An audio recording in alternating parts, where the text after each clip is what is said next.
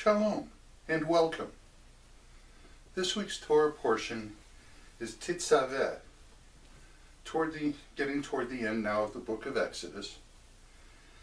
And it has in it mostly about the high priest. We're talking about the vestments of the high priest and a little bit about the candelabra, the lamp, and a lot about the clothes of the high priest and the process of the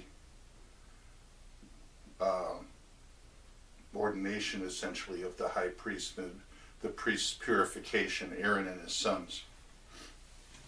And one of the things that goes on is there are sacrifices made, and Aaron and his sons have to eat of the sacrifice as part of making atonement for their sins.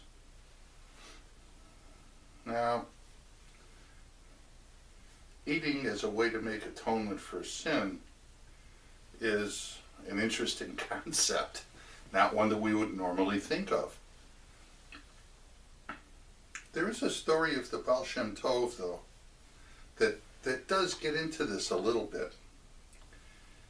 And the other interesting thing about this story is it indicates, as a story, that supposedly the Baal Shem Tov was knowledgeable in certain Eastern and Hindu beliefs in how the body is working,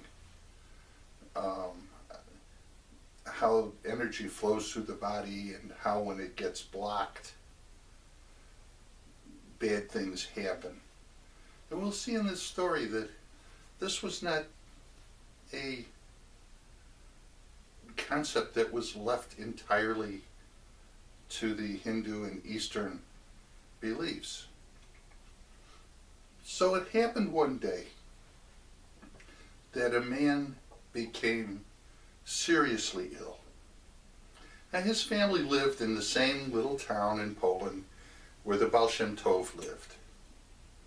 And the man's family was told by his friends and his neighbors that they should go to the Baal Shem Tov and ask the Baal Shem Tov for a blessing to help heal their father and their husband.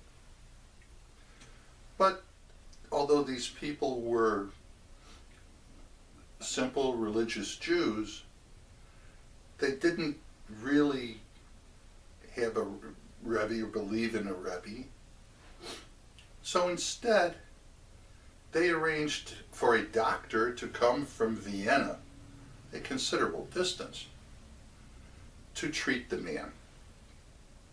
Well, the doctor came, and after making many examinations and performing tests, all the while the man getting sicker and sicker, the doctor finally threw up his hands and said, "There's nothing that I can do. I can't heal him. We don't even know for sure what's wrong with him." And the doctor prepared to pack up his stuff in his bags, and he was going to go back to Vienna. Now, coincidentally, if you believe in coincidence, the Baal Shem Tov knocked on the door. He'd stopped by to perform the mitzvah of visiting the sick. And of course they knew the Baal Shem Tov. They invited him to come in and took him into the room where the man was laying in his bed. And the Baal Shem Tov sat there and closed his eyes and sat with the man in a kind of a meditative state. After a short time, the Baal Shem Tov suddenly called for the man's wife. He said, "You have to make a meat soup a meat broth and feed it to him. And when he sits up, you should feed him more, and he will recover. Well, the wife and the whole family was excited about this, and the wife ran off to prepare the meat broth, and the family was reading Psalms, which is something that you would normally do to help pray for healing for someone. The doctor, however, looked very skeptical. He said to the Baal Shem Tov, I don't think that this is going to be much of any help at all. This man is seriously ill. He's on death's doorstep here. Well, after a few moments, the man's wife came in and started feeding him this broth. Now at first, she could only dribble some of the broth with a spoon on his lips and just past his lips. But after a few moments, he opened his mouth and he was taking a spoonful at a time of the meat broth. And then the color started to return to his face. And after another short time, he sat up and he was eating the meat broth. And a short time later after that, he was apparently fully recovered. The doctor who witnessed this asked the Baal Shem Tov, what is this? I see, but I don't believe that this could happen. Can you explain this?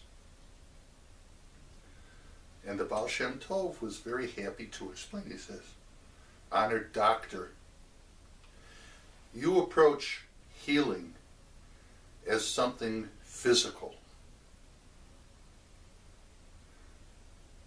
I approach healing as something spiritual. Now, it's true that physically, this man was beyond help. But spiritually, he wasn't that far gone that he could not be helped. You see, the body contains 248 organs and 365 vessels, which equates to the 613 commandments in the Torah. And the spiritual energy in the body circulates around the body through these organs and vessels. When someone violates one of the commandments, one of the mitzvot in the Torah, the corresponding organ or vessel in the body becomes blocked, and the spiritual energy cannot flow properly through the body. This results in illness and can result in death. I simply spoke to the man's soul and found out if it was willing to return to its original state with God and be forgiven for whatever the sin was that the man had committed. Once the soul accepted that and wished to do teshuvah, to return to its pure state with God, then the man could be healed.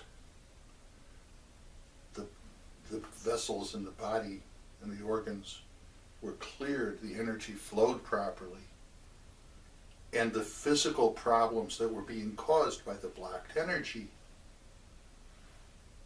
went away. And so the man, as we have seen, was healed. And so we've seen that the Baal Shem Tov shared some kind of knowledge with the Eastern and the Hindu philosophies of how the body's energy, in our case, this energy of the soul, kept the body alive, and how it could be that something that blocked the energy flow could be repaired.